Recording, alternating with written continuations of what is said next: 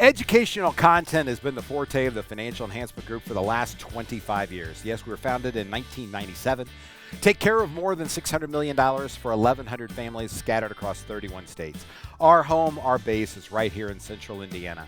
And whether it's content from when I was teaching at Purdue University or when we write the newspaper column weekly or our radio show or podcast, that educational content we provide helps you make the best financial decisions, gives you ideas about your financial objectives.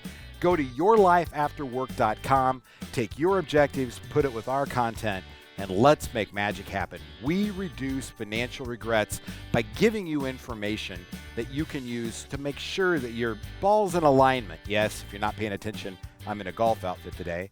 To make sure your ball's in alignment, that you've got the right club. We want to make sure that you're doing the best with every dollar that you have. Yourlifeafterwork.com, 800-928-4001. What economic condition are we in today? Yeah, the economic condition matters to help you make the decision for what you need to do next in your financial planning, how you're going to treat a dollar today. The old ones, the ones that are already in the plan, and the new ones, the ones that you're adding. Now, in the world of golf, and yes, if you're looking at this as one show, I'm in my shorts, my golf shoes, my hat. I am ready to go. And I'm thinking about golf today, but that golf really does resemble in a lot of ways how you need to be thinking about the financial world. So if you're not a golfer, don't fear. I will run you through this. When I make financial decisions, I always want to start in order with how I look at life and how I look at it. I want to have a filter so that I'm not walking up emotionally alarmed to volatile market movements or tax code changes or the news or something that throws me off of my game. I want to be able to walk up to that ball in the middle of the golf course and know how I'm going to think so that I can keep emotions at bay. I want to be able to respond to what has occurred, not react to what has occurred. And I will tell you, in 35 years of being in the financial planning industry, it is emotion that gets our decisions into trouble because we tend to react more than we respond. And I want to be able to contain that when I possibly can in myself and in you. My Adam Harder, or one of my partners, our chief investment officer, a CFA, he and I say on the allocation meetings all the time, no heavy breathing. Meaning regardless of what's going on, we're not going to get sidetracked from the decisions that we have to make. And so that first one really is, when I go to my golf ball, is to look at the lie. It is to look at the condition of what the ball is in. What is it on? It's on a surface. Is it in sand? Which means I'm going to have to use one kind of club, right? It can be questionable sometimes, a little more difficult to get out of. Think recession, if you will. Is it in the fairway? That's smooth sailing. Life is good, right? Here we go. When we're ready to roll, we're going to have the best opportunity to be able to get the ball to where we want to go on the next shot. What if it's in the fairway and in a divot? That means the ground has been messed up a little bit. Think about that in a bull market trend when the market is going up, and all of a sudden you've got a little hiccup or a little volatility. You're going to hear us talk about bull markets and bear markets on the market carver. In terms of volatility and the things that are going on. Pay attention to those. And if you don't get the market carver, go to yourlifeafterwork.com, get signed up for it. It's free. That's why I don't talk about the market so much on this show. We talk about it every week with up-to-date information on the market carver. But I want to know what that lie really is because it gives me an idea of what club I'm going to have to use next. Now, key thing there, have to use next. I want to know what my window of opportunity was just limited to. So I will always take you back to the Cheesecake Factory, 250 different choices. I love choices. We just hate decisions. When I look at the lie, it's going to tell me, if I'm a good golfer, and I'm not always a good golfer for the record, but it's going to tell me what my spectrum of clubs out of the 14 in the bag that I can use. If the ball is buried in the rough, I can't use a driver. If it's buried in the sand, I can't use a putter, right? I've got to figure out what I'm limited to, what tools that I can use based on that.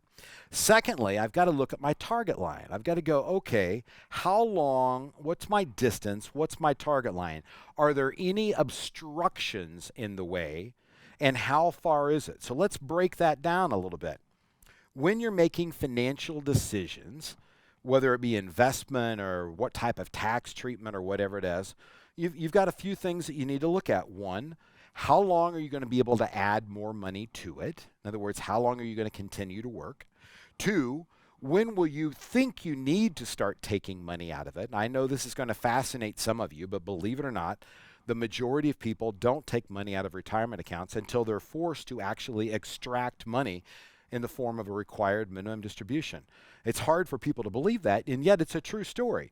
That's how people, they've got an investment statement that comes, it's got a value on it. The last thing they want to do is hurt their baby and take money out of that account. It's just not natural. They spent 40 years putting it in, and now somebody's telling them to take money out. Just not natural, and so people tend to delay it many times longer than they probably should. But what age restrictions are there? Those are obstacles or opportunities that could be there. And when I say opportunities, that can happen. You can look at a hill that will push your ball a little bit further, or a sweet spot, as they would call it in the driver range. Believe it or not, that happens in the golf course, but it also happens in money. You may have a plan that allows you at 59 and a half to do an in-service non-hardship distribution. That may be a right idea for you, may be a bad idea for you, but you at least need to know that it is a club in the bag. It is something that you can reach to and pull out if it makes sense, if there is a reason for you to get there.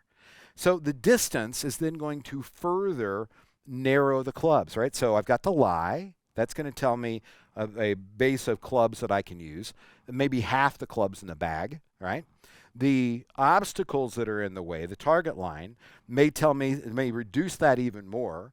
The distance that I have to go may reduce that even further. So the best way to think about distance in my mind when it comes to your life after work and your retirement playbook, that's what the title of this show is, the best way to think about it is how long is it going to be until you need to pull money out of those accounts, until you need to use the money. And I get very, very frustrated when people get put into a box by the IRS, by society, by rules and regulations.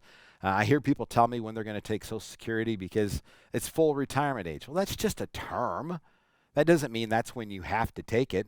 It doesn't mean that you have to wait till 67 to retire, right? Or they talk about the required minimum distribution being at age 72, so I don't need to take money out of my account until 72.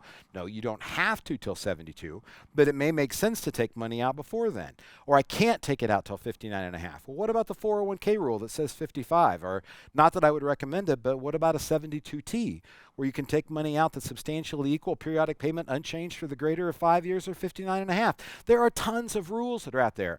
But your bag is limited to the clubs that you understand how to use and you're willing to carry them around. So news fact, I think this is hilarious. Do you know the reason you're only allowed 14 clubs? Prior to 1939, when the PGA instituted that rule, and it may have been, it was the PGA, many times people would have 20 to 25 clubs. Apparently somebody showed up in the early 19-teens, 1915, 16, 17, with like 46 clubs in a bag. But it was very common for 20 to 22, 25 clubs in a bag. Think about your caddy. Poor guys were getting beat up, so they limited it to 14. When it comes to making financial decisions, your bag is limited in the number of clubs only by the source that you use.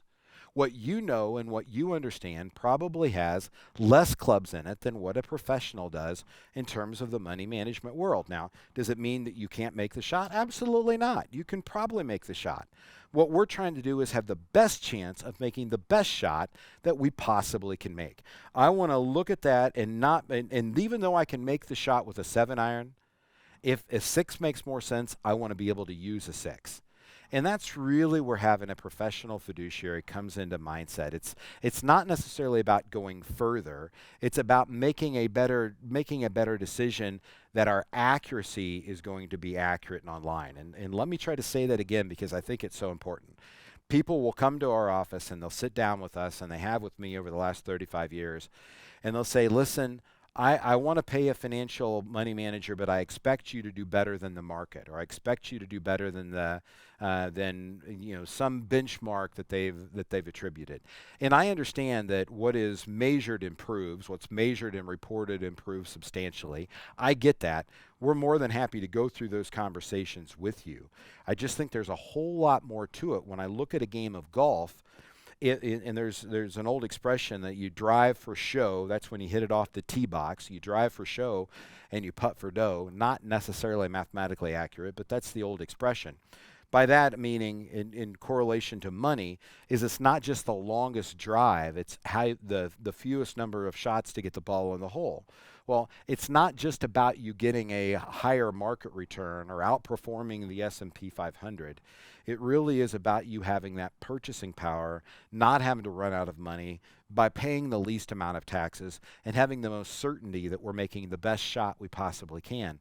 There's a lot of things that go inside of that formula of what's going on. And I have to live on the golf course with the shot that gets me the best opportunity that I possibly can take, understanding the risks and the rewards. So if you watch golf and you don't play a lot, you probably look at the flag and assume that the professionals are aiming at the flag every time.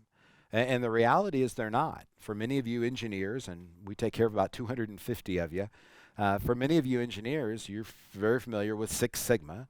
And what we try to do is to eliminate the 30,000-foot mistakes that go into there. So when a professional looks at a pin placement, they may know they have a 10-yard variance with a 7-iron. I have a 15 to 20-yard variance. So when I look at the flag, I have to go 20 yards, my worst probable shot. I have to go 20 yards to both sides and say, okay, if I hit this perfect, then perfect is great. But if I'm 20 yards off, what's the worst that can happen? And that's going to tell me which side of the flag to hit on.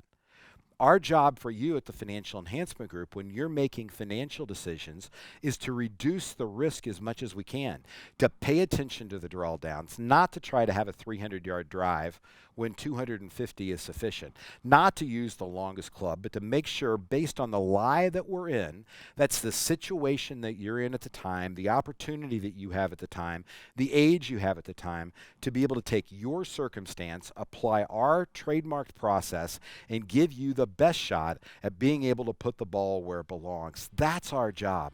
That's the job of any fiduciary. But we've got those processes in place, and I would just invite you, go to yourlifeafterwork.com. Get signed up for a next step meeting. We'll give you 90 minutes of our time to give you things that you need to consider today, things you're going to want to consider in the future. And if we choose to partner together, what FEG will do for you, and we'll put it into writing. But let's line that ball up right, take a good swing, and have the best retirement you can have.